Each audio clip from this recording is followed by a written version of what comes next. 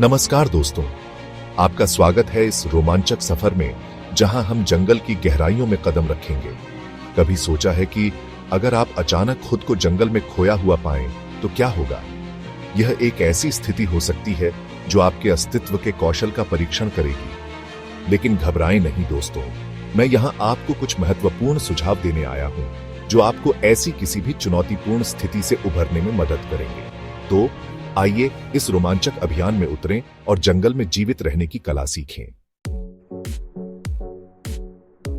सबसे पहले और सबसे महत्वपूर्ण, घबराओ मत।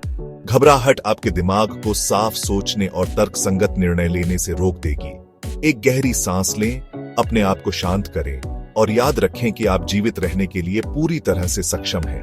अब आइए स्थिति का आकलन करें, अपने परिवेश को देखें। क्या आप किसी परिचित स्थल को पहचानते हैं? क्या आपके आसपास कोई खतरा है? एक बार जब आप शांत हो जाते हैं और अपने परिवेश का निरीक्षण कर लेते हैं, तो आप एक योजना बनाना शुरू कर सकते हैं। याद रखें, जंगल में जीवित रहने की कुंजी शांत और एकत्रित रहना है।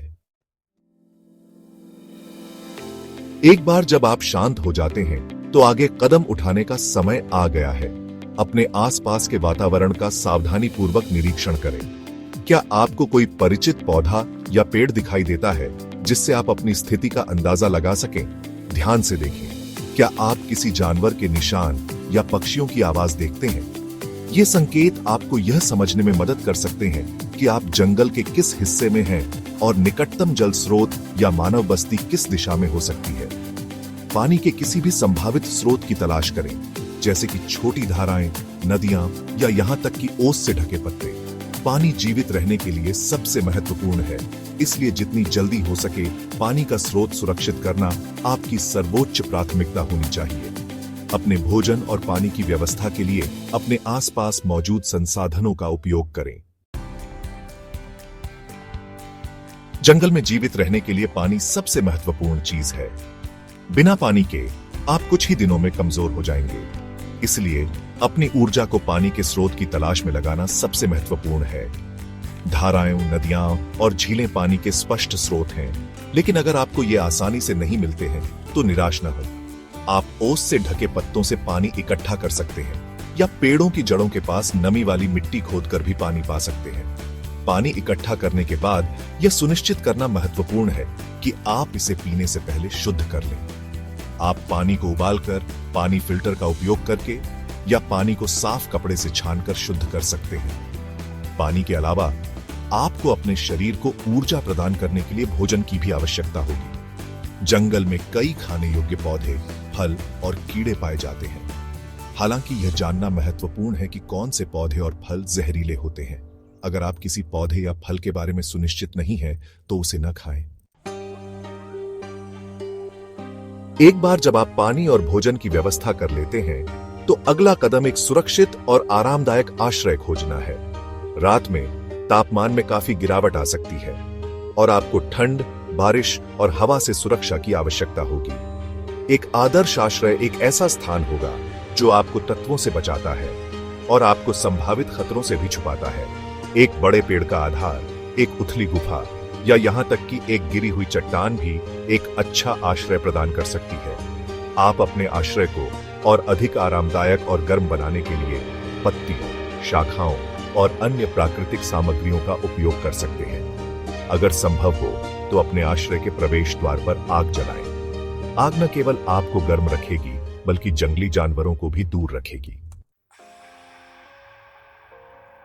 आज के तकनीकी युग में आपके मोबाइल फोन जंगल में एक जीवन रक्षक साबित हो सकते हैं।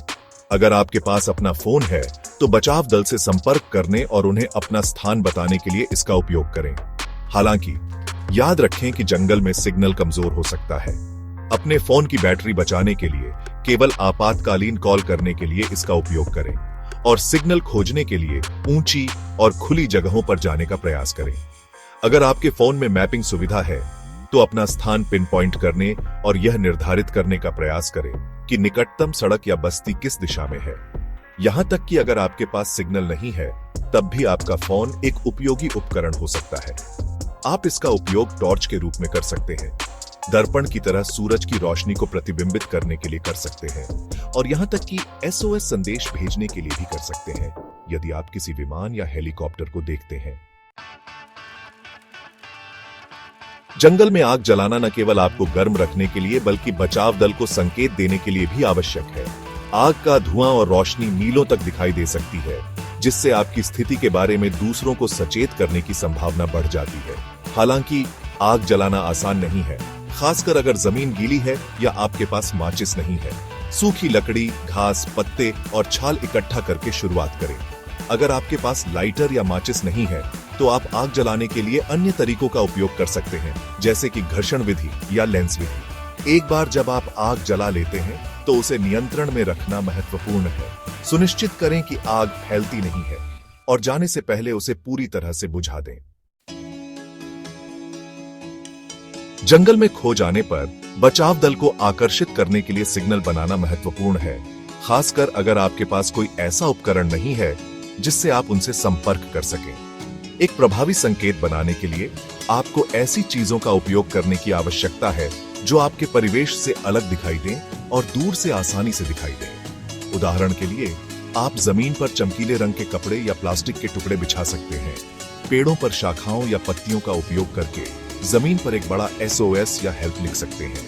अगर आपके पास दर्पण है तो आप बचाव दल को संकेत देने के लिए सूरज की रोशनी को प्रतिबिंबित करने के लिए इसका उपयोग कर सकते हैं।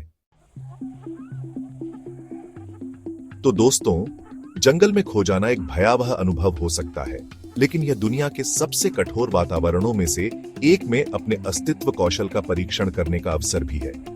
याद रखें, शांत रहें, अपने परिवेश का निरीक्षण करें और अपने निपटान में संसाधनों का उपयोग करें। सबसे महत्वपूर्ण बात, हार मत मानो। जीवित रहने की इच्छा शक्ति अक्सर सफलता और विफलता के बीच का अंतर होती है। तो अगली बार जब आप खुद को जंगल में पाएं तो डरो मत, चुनौती को स्वीकार करो और जीवित रहने के लिए लड़ो।